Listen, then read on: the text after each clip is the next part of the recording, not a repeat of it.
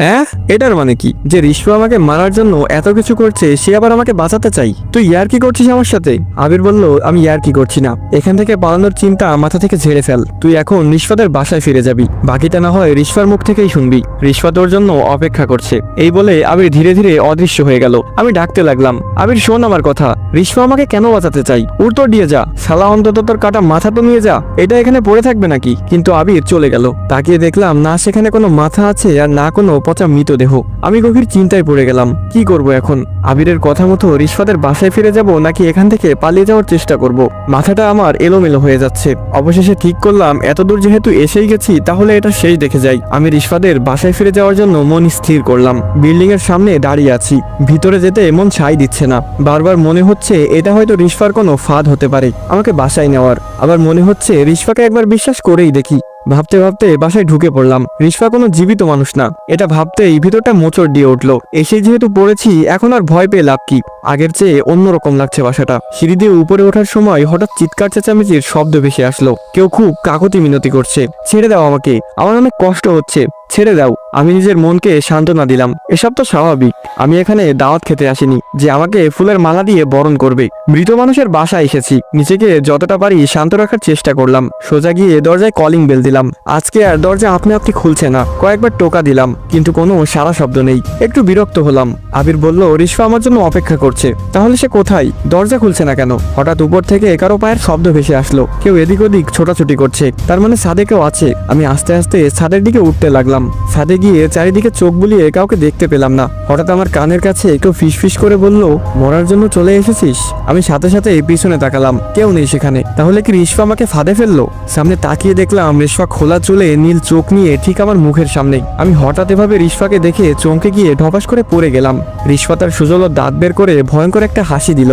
আমি নিজেকে সামলে উঠে শরীরের ময়লা ঝাড়তে ছাড়তে বললাম, বাঁচার জন্য আসতে বলছো নাকি মরার জন্য? এভাবে কেউ আপ্যায়ন করে নাকি? এবার রিশফা তার স্বাভাবিক অবস্থায় ফিরে আসলো। তারপর ছাদের এক কোনায় গিয়ে বসলো। আমিও তার পাশে দূরত্ব বজায় রেখে বসলাম। কারো মুখে কোনো কথা নেই। তারপর রিশফা বলল, স্যার জানেন এভাবে থাকতে আমার কষ্ট হয়। আমি তো মরে গিয়েছিলাম, কিন্তু আমার মা আমাকে ফিরিয়ে এনেছে। আমার প্রতি অতি ভালোবাসা আমার মাকে এই অন্ধকার পথে নিয়ে গিয়েছে। আমি মুক্তি চাই এসব থেকে। আমি চাই না আমার দ্বারা আর কারো মৃত্যু হোক। আমি যতদিন মুক্তি না পাবো ততদিন একজন করে মরতে থাকবে। আমার আর কোনো পথ নেই। তাই মরার পর মানুষের আত্মা যেখানে চলে যায় আমি সেখানে যেতে চাই। আমি বললাম, তাহলে এতগুলো মানুষকে কেন মারলে? আমার বন্ধু আবিরকেও মেরে ফেললে। তাদের কারো কাছে সাহায্য চাইতে, হয়তো অনেক আগেই মুক্তি পেয়ে যেতে। রিশফা একটা মিষ্টি হাসি দিয়ে বলল, স্যার তারা কেউ আপনার মতো সাহসী ছিল না। আমি আপনার মতো একজনের অপেক্ষায় ছিলাম। আপনাকে প্রথম দিন যখন আয়নাতে ভয় দেখালাম তখনই বুঝে গিয়েছিলাম আপনি এত সহজে ভয় পাবেন না। আর আমাকে মুক্ত করতে হলে সাহসের সাথে দরিয়ার মোকাবেলা করতে হবে। আগের কেউ সেটা যোগ্য ছিল না। আমি তাদেরকে মারিনি, তাদের ভয় তাদেরকে মেরে ফেলেছে। হ্যাঁ বুঝলাম, আমি তোমাকে মুক্ত করতে পারবো কিনা জানি না, তবে আমি আমার সর্বোচ্চ চেষ্টা করব। কিন্তু যদি না পারি তাহলে কি হবে? রিশফা বলল, তাহলে আর কি হবে? আপনাকে মারতে আমার খুব কষ্ট লাগবে, কিন্তু মারতে হবেই। তারপর আবার আপনার মতো কারোর জন্য অপেক্ষা করব। এর মাঝে হয়তো আরো অনেক প্রাণ যাবে। আমি বিড়বিড় করে বললাম, শালার আমার তো কোনো অপশনই নাই। তার মানে আমার বেঁচে থাকার অল্প একটু চান্স আছে। এই আত্মহত্যার খপ্পরে পড়ে এখন জীবনটাই দিতে হবে।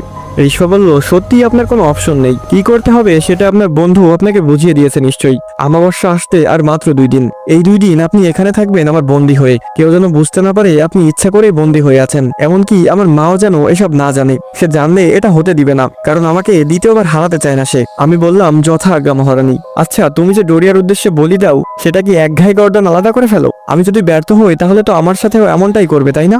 রিশফা বলল, হ্যাঁ ঠিক তাই। বড় একটা তলোয়ার দিয়ে আপনার শরীর থেকে মাথাটা আলাদা করে ফেলবো। আমি তো এখনই আপনার শরীরে মাথা দেখতে পাচ্ছি না। হাসতে হাসতে বলল রিশফা। আমি বললাম, ইয়ার কি করবা না একদম। আমার এদিকে ফাটছে আর তুমি হাসছো। আচ্ছা মাথা কাটা ছাড়া অন্য কোনো পদ্ধতি নেই মারার? মাথা কেটে ফেললে তো অনেক কষ্ট হবে। রিশফা বলল, আছে তো। আপনার জন্য একদম সহজ মৃত্যু। আপনার 2 পা ধরে 2 দিকে টান দিয়ে ছিঁড়ে ফেললে হয়তো আপনার কষ্ট একটু কম হবে। এর চেয়ে সহজ মৃত্যু আমার জানা নেই। আমি বললাম, না থাক, মাথা কেটে ফেললেই ভালো হবে। দ্বিতীয়টা বেশি কষ্ট হবে। রিশফা খুব সুন্দর মায়াবী একটা হাসি দিয়ে বলল, তেমন কিছুই হবে না। আমার বিশ্বাস আপনি পারবেন এটা করতে। আজকে আর রিশপার চেহারায় সেই ভয়ঙ্কর ভাবটা নেই। খুব মায়াবী লাগছে চাঁদের আলোতে, দেখলে বোঝা যায় না এই মেয়েটা মারা গিয়েছে। যদি আমি রিশপাকে মুক্ত করতে না পারি তাহলে মরার পরে ভূত হয়ে তার সাথে প্রেম করব। 2 দিন কেটে গেল, আমাকে একটা অন্ধকার রুমে বন্দি করে রাখা হয়েছে। এই 2 দিন আমার খাবার দাবার এবং যত্নে কোনো কমতি ছিল না, কারণ বলি দিতে হলে সুস্থ সবল তরতাজা মানুষ লাগে। আমাকে সেভাবেই তৈরি করা হলো। এই 2 দিন রিশপা একবারও আসেনি এখানে। রিশপা কোথায় গেল কে জানে। হঠাৎ রুমের দরজাটা খুলে গেল। রিশপার মা সেই কালো জাদুবিদ্যার পোশাক পরে রুমে প্রবেশ করলো।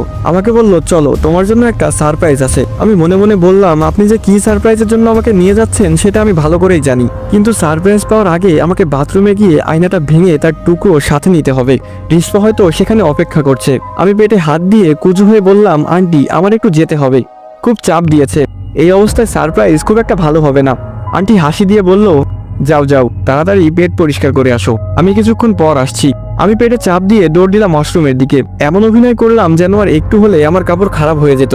নিজেকে নিয়ে খুব গর্ব করতে ইচ্ছা করছে। অভিনয়টা খুব ভালোই পারি। ওয়াশরুমে ঢুকে দরজা বন্ধ করে আয়নার দিকে তাকাতেই বড় রকমের ধাক্কা খেলাম। সেখানে কোনো আয়না নেই। আসসালামু আলাইকুম গাইস, কেমন আছেন সবাই? আশা করি সকলে খুবই ভালো আছেন। তো এখানেই শেষ হয়ে যায় রিশপা গল্প পার্ট 5 এবং পার্ট 6। তো গল্পটি কেমন লাগলো সেটি অবশ্যই কমেন্ট করে জানাবেন, কারণ আপনাদের প্রতিটি লাইক এবং কমেন্ট আমাকে পরবর্তী ভিডিও বানাতে উৎসাহিত করে। তো আজকের মতো এ পর্যন্তই। ভালো থাকবেন, সুস্থ থাকবেন। আল্লাহ হাফিজ গাইস।